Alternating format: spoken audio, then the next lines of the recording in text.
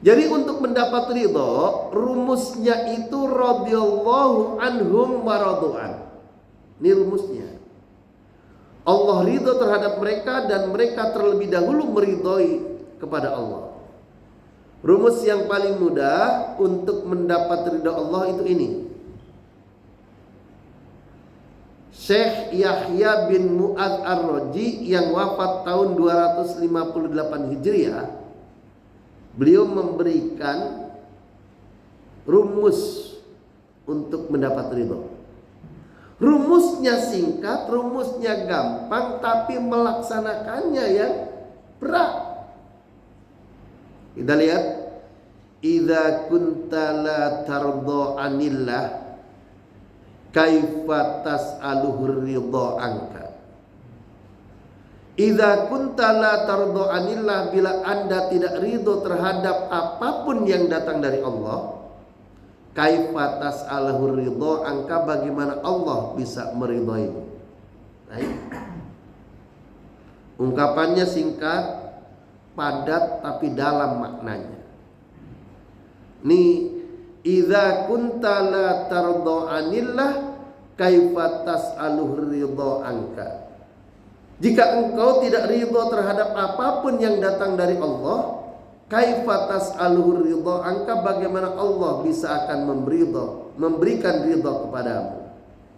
Hadirin rahimakumullah, mudahnya rumus ini adalah apapun yang diperintahkan Allah kita kerjakan, dan apapun yang dilarang oleh Allah kita tinggalkan. Kita lihat rumus as-sholatu ala waktiha, sholat tepat waktu. Orang kalau mendapat ridha Allah harus mengerjakan perintah Allah. Perintah Allah itu contohnya sholat. As-sholatu ala waktiha. Jadi sholat itu mesti on time. Ya alhamdulillah, ini kita semua yang hadir di sini nih sholat subuhnya on time. Insya Allah mendapat ridha Allah. Amin. Bukan in time. Jadi sholat itu on time, tepat waktu, bukan in time. Bukan masih dalam waktunya, apalagi last time atau next time. Jadi ada orang sholat subuh, itu waktunya sholat subuhnya di waktu Isra. Yang lebih dahsyat lagi, sholat subuh di waktu duha. Nah, ini artinya apa?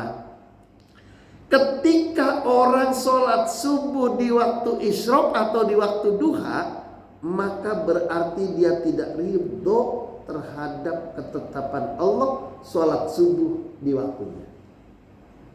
Gak ridho. Kenapa? Dia tidak ridho bangun sebelum subuh. Kalau kita kan alhamdulillah nih di sini bangunnya sebelum subuh, sholat subuh berjamaah di masjid ini. Alhamdulillah. Itu baru yang wajib-wajibnya. Nah, artinya apa? Kalau orang sholat subuhnya itu lebih banyak kesiangannya, kalau sekali-sekali manusiawi, karena bisa jadi habis capek, bisa jadi habis begadang, bisa jadi lagi kurang sehat, bisa jadi kepulesan. Tapi jangan keseringan. Tapi ada orang yang keseringan waktu sholat subuhnya jam 6:30. Dulu orang-orang muda kebanyakan begitu. Nah, alhamdulillah kita sudah bisa tuh ridho bangun sebelum subuh. Idza kunta la tardha anillah kaifa tas'aluhu ridha anka. Ini. Nah, lalu di dalam sholat itu ada yang namanya sunnah, sholat sunnah. Kalau kita sudah ridho mengerjakan sholat-sholat wajib, kata Imam Ghazali di dalam kitab Bidayahul Hidayah, itu baru modalnya. Kalau mau untung, kerjakan yang sunnah-sunnahnya. Jadi kita lihat wa naflu huwa ribhun wa bil fawz bid darajat. Jadi orang yang sholat, orang yang ridho bangun di sepertiga malam terakhir, ketika bangun lalu kemudian ambil air wudhu lalu sholat malam qiyamul lail, bisa tahajud, bisa sholat sunat taubah, bisa sholat sunat hajat, maka orang itu berarti ridho terhadap bangun di tengah malam. Nah, ini artinya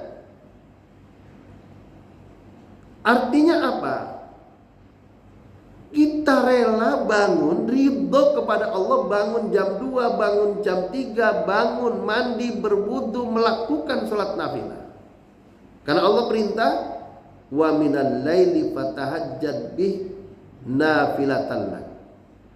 Wa minal laili fatahajjad bihi nafilatan lak asa ayyab asaka rabbuka maqaman mahmuda.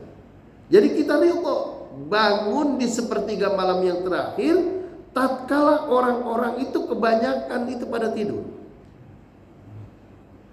Kalau kita tidak ridho, tidak rela, tidak mengerjakan qiyamul lail di sepertiga malam yang terakhir, bagaimana mungkin kita bisa mendapat ridha Allah?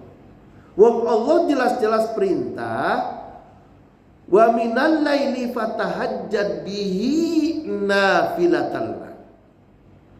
Bangunlah di sepertiga malam yang terakhir, fatahajjad bih, dan lakukan sholat tahajud, nafilatan lak, sebagai ibadah tambahan buat kamu, asa ayyab asa karabbuka maqaman mahmuda. Semoga Allah itu memberikan derajat, memberikan tempat yang terpuji buat Anda. Jadi hadirin rahimakumullah, kira-kira ini kalau ditanya jujur, orang jam 3 malam di sepertiga malam itu banyak yang tidur kepulasan atau banyak yang bangun tengah malam tahajud? Tidur kepulasan. Nah, itu artinya akan sedikit orang yang akan mendapat ridha Allah. Nah, kalau kita udah sepuh-sepuh begini, Allah berikan cara agar kita bangun di sepertiga malam terakhir. Rata-rata secara kesehatan, orang yang sudah usia 50 tahun itu jam 3 malam itu Allah bangunkan dengan cara kebutuhan pipis. Tapi kebanyakan orang setelah masuk kamar mandi, pipis, lalu tidur lagi. Bukannya berwudu, ambil wudu lalu sholat malam, bukan. Jadi banyak yang bangun sepertiga malam tapi untuk kepentingan ke toilet lalu kemudian tidur lagi. Masih jauh di subuh. Nah, artinya apa? Bahasa dari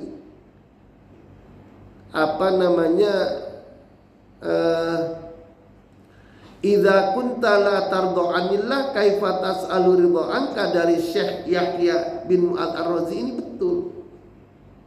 Kalau itu baru berkaitan dengan sholat. Waktunya duha kita tidak duha, maka berarti kita tidak ridho terhadap Allah, ketetapan Allah untuk sholat duha. Langsung masuk berkaitan dengan harta. Masuk kepada bab harta, Allah memerintahkan kepada kita wajib mengeluarkan zakat. Kalau kita tidak ridho mengeluarkan zakat, bagaimana akan mendapat ridha Allah? Bahkan dari zakat lalu turun ada infak, ada sedekah. Kalau kita tidak ridho infak, tidak ridho sedekah, bagaimana kita akan bisa mendapat ridha Allah? Bukan berarti kalau sedekah itu mesti banyak. Sedekah itu sesuai kemampuan. Jadi bisa yang mampunya 1.000 ya 1.000, yang mampunya 10.000 10.000. Tapi kalau tidak sedekah, bagaimana mau dapat ridha Allah? Itu berkaitan dengan harta. Lalu kemudian berkaitan dengan kurban. Ketika Idul Kurban, kalau kita mampu dan memiliki harta yang lebih, lalu kita tidak berkorban, bagaimana mau mendapat ridha Allah kalau kita korban saja, padahal kita mampu dan kita banyak harta tidak berkorban? Ini jadi rumusnya singkat banget. Rumusnya singkat, idza kunta la tardu anillah kaifa tas'aluhu ridha. Subhanallah. Ini rumus. Jadi ini alhamdulillah kalau kita sudah bisa bangun sebelum subuh. Tapi masih banyak saudara-saudara kita yang sulit bangun sebelum subuh. Sulit bangun. Dan untuk bangun sebelum subuh atau bangun di sepertiga malam itu perjuangan. Awalnya berjuang, Bapak. Jadi bahkan bangun sebelum subuh itu orang akan lebih banyak sehat. Apalagi kalau mandinya itu mandi di gerujuk. Mandi di gerujuk ya. Mandi di gerujuk itu akan lebih sehat. Makanya orang-orang yang terkena penyakit kecanduan narkoba, penyakit saraf lainnya, penyakit gangguan kejiwaan, di pondok pesantren Suryalaya itu tiap jam 2 malam mandi gerujuk, mandi basah. Seluruh tubuhnya dibasahi dengan air, lalu zikir la ilaha illallah, la ilaha illallah, la ilaha illallah, terus sampai subuh, sholat subuh, lalu kemudian zikir lagi sampai sholat isyraq. Setelah sholat isyraq lalu kemudian ada sholat-sholat sunnah yang lain, baru itu selesai. Nah, begitu itu bisa memberikan kesehatan. Jadi alhamdulillah kita ini orang-orang yang ridho bangun sebelum subuh, alhamdulillah. Sampai di sini ada